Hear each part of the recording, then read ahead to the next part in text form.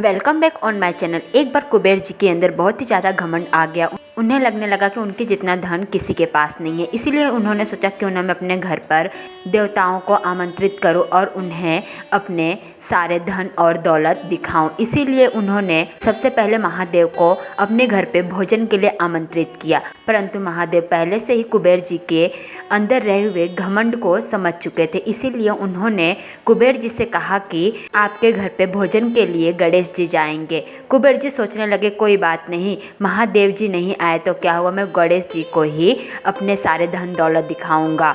और इस प्रकार से गणेश जी जब कुबेर जी के यहाँ पर पहुँचे तो कुबेर जी उन्हें कहने लगे कि आइए गणेश जी और सोने की थाली में भोजन ग्रहण कीजिए। गणेश जी को पहले से ही मालूम था कि कुबेर जी उन्हें अपना धन दौलत दिखाना चाहते हैं, इसीलिए उन्होंने अपने घर पे उनको आमंत्रित किया है। अब गणेश जी भोजन ग्रहण करने के लिए बैठ गए, परंतु थोड़े समय पश्चात गणेश जी ने कुबेर जी से कहा कि मुझे और भी भोजन करना है। और इस प्रकार से थोड़े थोड़े समय पश्चात गणेश जी बहुत सारा भोजन करते गए, परंतु उनका पेट नहीं भरा। इस प्रकार से देखकर अब कुबेर जी को बहुत ही ज़्यादा चिंता होने लगी। इस प्रकार से गणेश जी पूरा भोजन खत्म कर डाले। अब कुबेर जी के यहाँ पर थोड़ा भी भोजन नहीं बचा। कुबेर जी सोचने लगे कि अब मैं क्या करूँ, परंतु गणेश जी थोड़े समय पश्चात फिर से बोले कि कुबेर जी और भी भोजन लाइए, अभी मेरा पेट नहीं भरा है। ये सुनकर कुबेर जी बहुत ही चिंतित हो गए और वो बोलने लगे कि हे गणेश जी, अब तो मेरे घर में कुछ भी नहीं बचा है खाने के लिए।